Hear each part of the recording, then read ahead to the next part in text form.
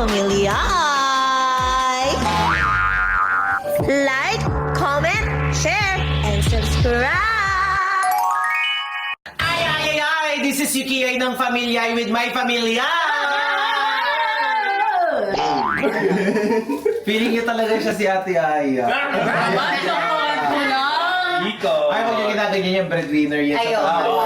So anyway, mga kapatid, kung bago ka pa lang sa channel namin, don't forget to subscribe, mga kapatid. Ang itsura po ng subscribe is ganito. Kung mapapansin nyo, may hawak po kami ngayon ng mga iPads. Mga kapatid, once po na nag-subscribe kayo, ibibigay natin yan sa mga solid subscriber natin. Siyempre, napakaswerte mo kung isa ka sa mapipili namin at kung deserving ka talaga, mga kapatid. So ang kailangan nyo lang gawin talaga, mga kapatid, is mag-subscribe kayo at uulitin ko, ang itsura po ng subscribe, mga kapatid, ay ganito!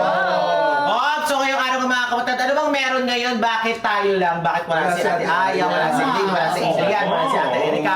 So yung mga kapatid, si Ate Erica po kasi tsaka si Adrian is nandun na po sa Maddox House. So nauna na po sila doon. So kami, mga kapatid, nandito kami sa bahay kasi nga kahit papano is may hindi pa rin maganda nangyari kahapon. So ang nangyari kahapon, mga kapatid, is pwede, sinapanood mo ba yun? Nag-layas si Elaine. Yes. Pero natagpuan din naman siya. Ang nangyari. Anyway pala, pakilala pala muna namin sa inyo. Si Kuya Desen pala, kung mapapansin nyo. So yung nakakasama namin sa mga vlog namin. Kaya kung hindi pa kayo nakafollow sa kanya, i-follow nyo po siya sa TikTok. Anong pangalan? Desen Punsalan. Uulitin ko, Desen Punsalan. So yun, i-follow nyo siya sa TikTok, sa Facebook, sa Instagram na ko, makakakita kayo doon ng ano, ng mga hindi nyo pa nakikita.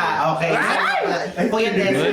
Yes, Kuya Desen Punsalan. So yun, Kuya Desen, ang nangyari kasi is kahapon, kung napanood mo siya, is naglaya si Eileen dahil nga kasi nagkaroon kasi ng separation si Eileen tsaka si Saidi, which is kasi nag-over boundaries na sila, na halos hindi na sila mapaghiwalay since nagliligawan pa lang naman sila. So na-confirm naman, nagliligawan pa lang din talaga sila kasi yung excitement, yung overwhelm, yung hype sa kanila. So feeling nila huling hininga lang ang makakapaghiwalay sa kanila.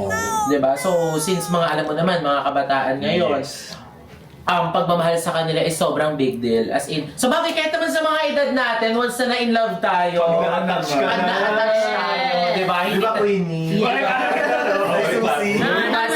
Tama yun. Then, Breadwinner siya, breadwinner. Sila yung pamilya. Napapanood ko ka. Pasensya na.